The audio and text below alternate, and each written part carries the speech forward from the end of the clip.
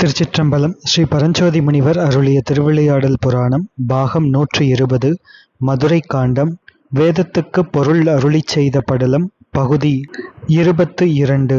பிரணவத்தின் மற்றைய திருநாமங்களை பற்றி சிந்தித்துக் கொண்டு வருகின்றோம். பிரணவத்திற்கு தாரகம் என்று ஒரு நாமம். தாரம் என்றாலும் தாரகம் என்றாலும் தாரக பிரம்மம் என்றாலும் பொருள் ஒன்றுதான். இந்த மூன்று சொற்களுக்கும் ஓங்காரம் என்னும் பிரணவம் என்பதையே குறிப்பதாக ஆன்றோர்களின் வாக்கு. தாரக பிரம்மம் என்னும் இரு சொற்கள் ஒன்றாகச் சேர்ந்து வரும்போது அவை பிரணவத்தினிடத்தே அமையும் என்பது வேத விற்பன்னர்களின் தீர்மானம். தாரக மந்திரம் பிரணவம் என்பதற்கு வேத பிரமாணங்கள் இருக்கின்றன. ஸ்ரீ காஷி க்ஷேத்திரத்தில் ஜந்துக்களுக்கு பிராணன் வெளிப்படும் பொழுது ருத்ரமூர்த்தி தாரக பிரம்ம உபதேசம் செய்வர். அதனால் அந்த ஜந்து அமிர்தமாய் மோட்சத்தை பெறும் என்று சுக்ல யஜுர்வேத ஜாபால உபனிஷத் கூறுகின்றது. வாரணாசி என்னும் காஷி க்ஷேத்திரத்தில் சர்வக்ஞத்துவம் வாத்சல்யம் முதலிய அற்புத குணங்கள் நிறைந்த ஸ்ரீ விஸ்வேஸ்வரர் பிரம்ம வித்யா நாயகி என்னும் விசாலாட்சி அம்மையார் தமது அருள் திருமேனியில் விளங்க அந்த க்ஷேத்திரத்தில் மறிக்கின்ற ஜந்துவின் எதிரே பிரசன்னமாகி அந்த உயிர் இளைப்பாறும் பொருட்டு அதன் வலது செவியில் மெதுவாக தாரக மந்திரோபதேசம் செய்து பாசத்தை சேதிக்கின்றார் என்று தாரக மந்திர வித்தை காசி கண்டம் முதலான புராண பாகங்களில் விரிவாக சொல்லப்பட்டிருக்கின்றது. காஷி க்ஷேத்திரத்தில் இறப்பவர்கள் இளைப்பாறும் பொருட்டு உமையம்மையார் ஸ்ரீ விஷாலாட்சி அம்மையார் தமது முந்தானையை எடுத்து வீசிட இறப்பவர் காதில் தாரக பிரம்மத்தை உபதேசம் செய்வார் ஸ்ரீ விஸ்வநாத பெருமான். இந்த தாரக மந்திரம் பிரணவமே என்பதற்கு பல உபனிஷத் வாக்கியங்கள் பிரமாணங்களாக இருக்கின்றன. கர்ப்பம், ஜன்மம், ஜரை, மரணம், சம்சாரம் ஆகிய மகா பயத்திலிருந்து தாண்டச் செய்கின்றது. அதனால் தாரகம் என்று சொல்லப்படுகின்றது என்பது சுக்ல யஜுர்வேத அத்வய தாரகோபனிஷத். பிரணவம் தாரகம், அதை எவன் அறிவான் என்று அதர்வண வேத பாசுபத பிரம்மோபனிஷத் கூறுகின்றது. தாரகமாகிய பிரணவத்தை ஜபித்து கொண்டு சந்தோஷத்தோடு இருக்கின்றான் என்று அதர்வண வேத பஸ்மஜாபால உபனிஷத் கூறுகின்றது. அது தாரகம் ஆதலால் தாரகம் எனப்படும். அதை தாரக பிரம்மமாக அறி, அதையே உபாசிக்க வேண்டும் என்பது சுக்ல யஜுர்வேத தாரசாரோபனிஷத்து. இவ்வாறு இன்னும் பல உபனிஷத்துகளும் தாரகம் பிரணவம் என்றே சித்தாந்தப்படுத்தி இருக்கின்றன. அதோடு தாரம் என்ற சொல்லுக்கு பிரணவம்தான் பொருளை அன்றி வேறு எதுவும் பொருளாவது இல்லை என்றும் விளக்கியிருக்கின்றன. ஸ்ரீருத்ரத்திற்கு வியாக்கியானம் செய்த சர்வ பாஷ்யக்காரர்களும் நமஸ்தாராய என்ற மந்திரத்தில் உள்ள தார பதத்துக்கு பிரணவத்தை பொருளாக கூறியிருக்கின்றனர். அந்த பிரணவ பொருளாயுள்ளவர் சிவபெருமான் என்றே பொருள் விரித்து அதற்கு வேண்டிய பிரமாணங்களையும் எடுத்து காட்டியிருக்கின்றார்கள். ஸ்ரீருத்ரத்திற்குரிய பாஷ்யம் எழுதிய அனைத்து பாஷ்யக்காரர்களும் அவ்வாறே அர்த்தம் சொல்லியிருக்கின்றனர். அவிமுக்தம் என்ற க்ஷேத்திரத்தில் சந்நிதானம் செய்யும் விஸ்வேஸ்வரர் அங்கு மரிப்பவர்களின் செவியில் தாரகமாகிய பிரணவத்தை உபதேசிக்கின்றார். வேறு எங்கும் அவ்விதம் இல்லை என்று பிரணவத்தையே தாரகம் என்று வழங்கின அநேக புராணங்கள். எனவே ஸ்ருதி ஸ்மிருதி புராண இதிகாசங்களின் சம்மதம் என்பது பிரணவமே தாரகம் என்பதாகும்.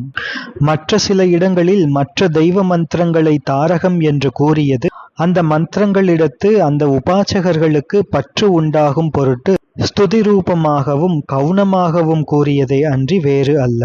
எனவே அப்படிப்பட்ட வாக்கியங்கள் எல்லாம் விதி வாக்கியங்கள் அல்ல. மேலே கூறப்பட்ட அவிமுக்தம் என்பது அண்டத்தை பொறுத்தவரை காஷிபதி, பிண்டத்தை பொறுத்தவரை அது ப்ரூமத்தி. எது தாரகம் அது தாரணம் செய்விக்கும் என்று யாக்ஞவல்கியர் கூறுகின்றார். அதர்வண வேத பஸ்மஜாபால உபனிஷத் கூறுகின்றது, தாரகமாகிய சைவ மந்திரத்தை உபதேசிப்பேன். அங்கு முக்திக்காக உபதேசிக்கப்படுவது சைவ மந்திரமாகிய பஞ்சாட்சரமே. இப்பரமமாகிய சைவ பஞ்சாட்சரமே தாரகமாம். ஓம் என்று முதலில் சொல்லுக, பிறகு நம என்று சொல்லுக, அதற்கு மேல் சிவாய என்று சொல்லுக. இவ்வாறு ஓம் நமः சிவாய என்று சொல்லுக. இதிலும் மேலான மகா மந்திரமாகிய தாரக மந்திரம் வேறு இல்லை. வேதங்களுக்கு பேரணியாய் உள்ள சைவ பஞ்சாட்சரமாகிய தாரக மகா மந்திரத்தை பிரணவத்துடன் ஜபித்துக் கொண்டு சந்தோஷத்தோடு இருக்கின்றார்கள் என்று கூறுகின்றது. இது ஸ்ரீ விஸ்வேஸ்வரரினுடைய வாக்காக அதர்வணவேத பஸ்மஜாபால உபனிஷத் கூறுகின்றது. மேலும் அதர்வணவேத பஸ்மஜாபால உபனிஷத் கூறுகின்றது, சாங்கங்களோடு கூடிய வேதங்களும் உபனிஷத்துக்களும் இதிகாசத்தோடு என்னையே துதிக்கின்றன. எனக்கு வேறாக யாதொன்றும் இல்லை. நானே யாவுமாயிருக்கின்றேன். என்னிடத்திலேயே யாவும் நிலை பெற்றுள்ளன. அதனால் காஷியில் இறக்க விருப்பம் உடையோருக்கு இரவும் பகலும் பூஜிக்க நானே உரியவன். அங்கே பூர்வ திசையில் பிரம்மன் அஞ்சலிஹஸ்தனாகி இரவும் பகலும் என்னையே உபாசித்துக் கொண்டிருக்கின்றான். தக்ஷிண திசையில் விஷ்ணு தலையில் கூப்பிய கரங்களை உடையவராகி என்னையே உபாசித்துக் கொண்டு இருக்கின்றார். மேற்கு திசையில் இந்திரன் வணக்கத்துடன் என்னையே உபாசிக்கின்றான் என்று ஸ்ரீ விஸ்வேஸ்வரரின் கூற்றாக திருவாக்காக வருகின்றது. எனவே ஸ்ரீ காஷிபதியில் எழுந்தருளியிருக்கும் தெய்வம் சிவ பரஞ்சுடர் எனவும், அவர் ஒருவரே சேவியர், மற்றையவர்களெல்லாம் சேவகர்கள் எனவும் நன்கு புலப்படுத்தப்பட்டது. ஆகையினாலே அங்கு மறிக்கின்றவர்களினுடைய வலது காதில் ஸ்ரீ விஸ்வேஸ்வரர் உபதேசிக்கும் மந்திரம் அது தமது நாமமாகிய தாரகமே ஆகும். ஸ்ரீராமர் ஆஞ்சநேயருக்கு உபதேசித்து அருளிய முக்திகோபனிஷத்தில் 108 உபனிஷத்துகளின் நாமங்கள் சொல்லப்படுகின்றன.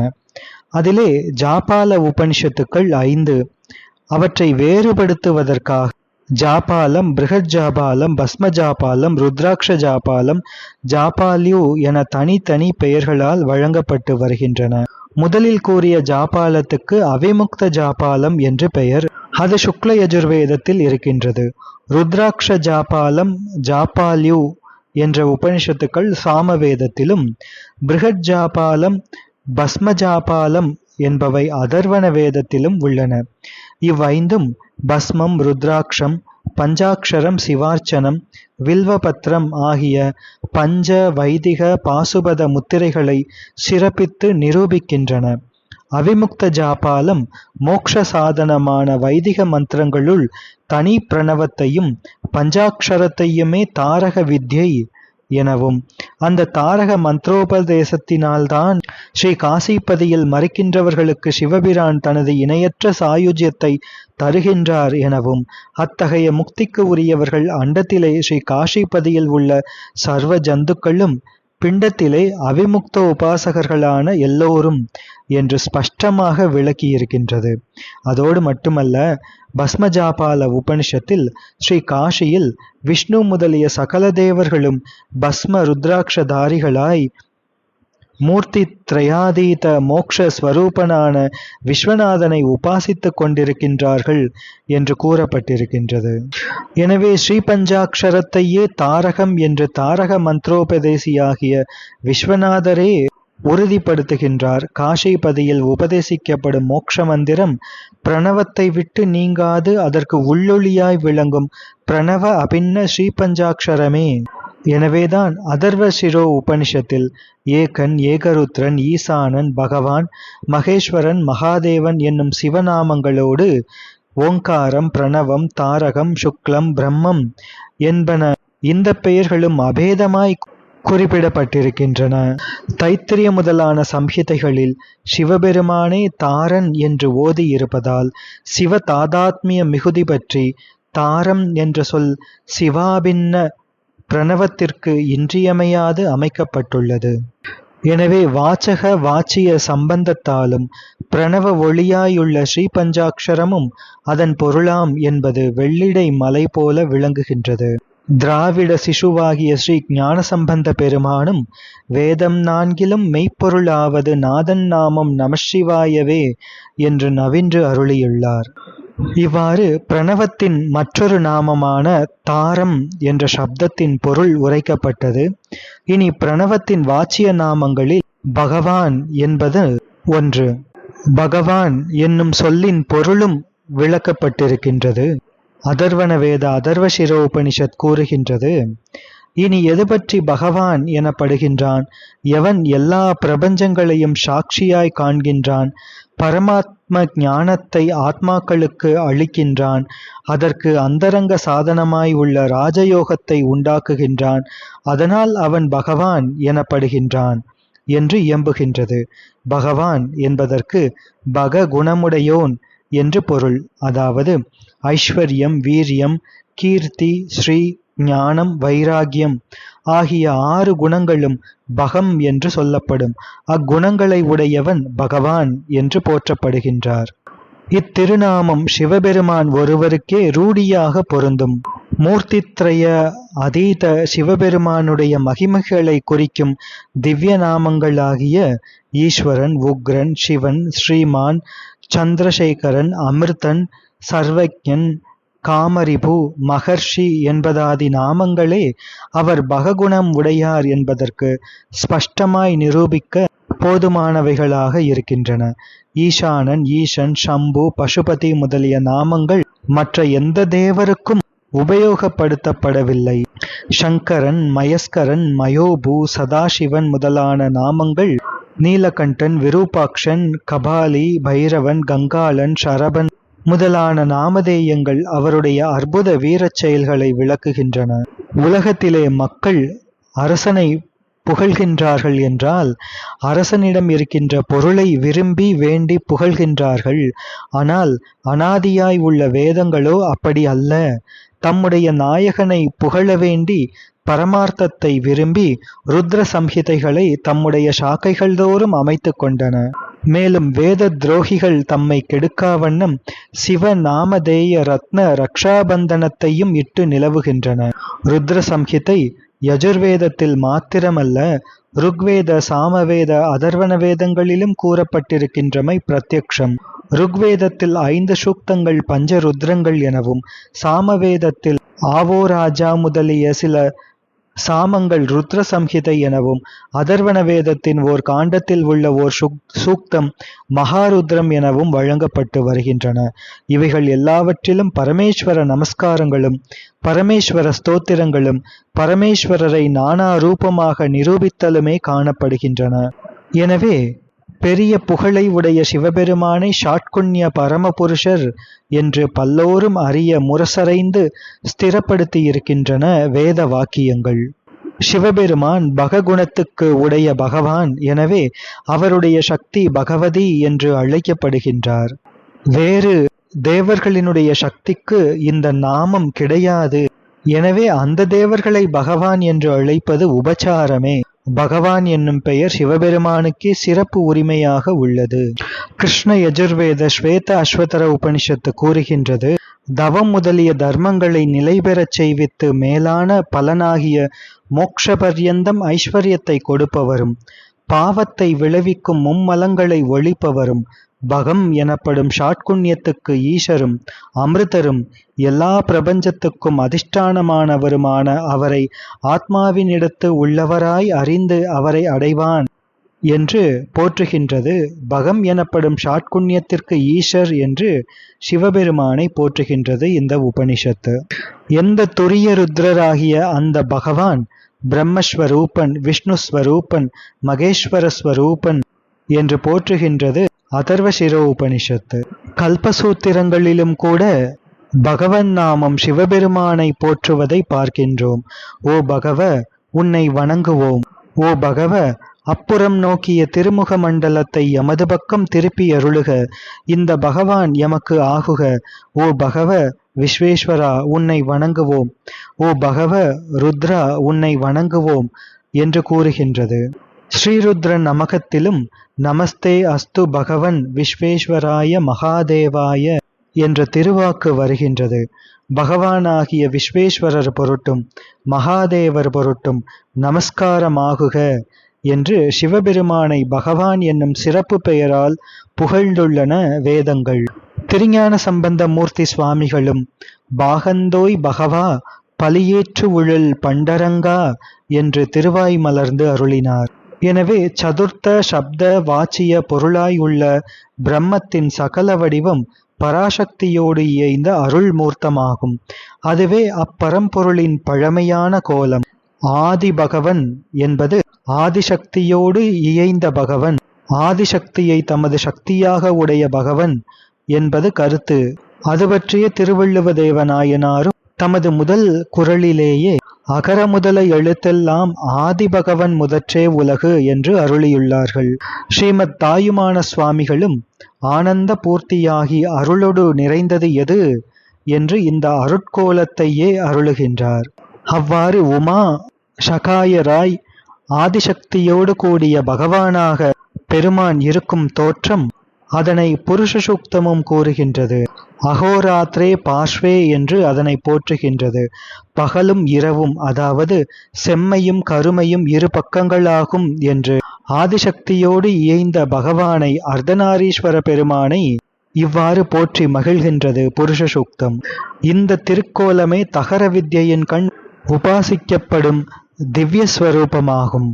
பரம கருணாமய திருமேனி தாங்கியுள்ள இப்பொன்வண்ணரே பற்பல வேதவாக்கியங்கள் ஓயாது துதிக்கவும், அந்தணர்கள் உயர் காயத்ரி மந்திரத்தால் உபாசிக்கவும் சூரிய மண்டல மத்தியில் எழுந்தருளி இருக்கின்றார்.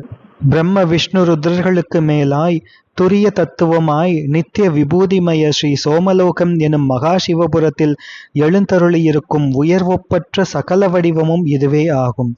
இத்தகைய அனாதியாய் உள்ள பழைய திருக்கோலத்தையே ஆளுடைய அடிகள் ஸ்ரீமத் மாணிக்கவாசக சுவாமிகள் தோலும் துகிலும் குழையும் சுருள் தோடும் பால் வெள்ளை நீரும் பசுஞ்சாந்தும் பைங்கிளியும் சூலமும் தொக்க வளையும் உடை தொன்மை கோலமே நோக்கி குளிர்ந்தூதாய் கோத்தும்பி என்று வாழ்த்தி உள்ளம் குளிர்கின்றார். வேதமும் எது உனது திவ்யமங்கல விக்கிரகம், அதை காண்கின்றேன் என்று சாற்றுகின்றது. யத்தே கல்யாணம் ரூபம் தத்தே பஷ்யாமி என்று போற்றுகின்றது. எனவே பிரணவத்தின் வேறு பெயராக உள்ள பகவன் என்ற நாமம் சிவபெருமானுக்கே உரித்ததாக ஆகின்றது. பிரணவத்துக்கே இயல்பாக உள்ள இந்த அரிய பெரிய மகிமைகளையெல்லாம் சிவபெருமான் ஒருவரிடத்தே சேர்க்க வேண்டும் என்று வேதங்கள் முழங்குகின்றன.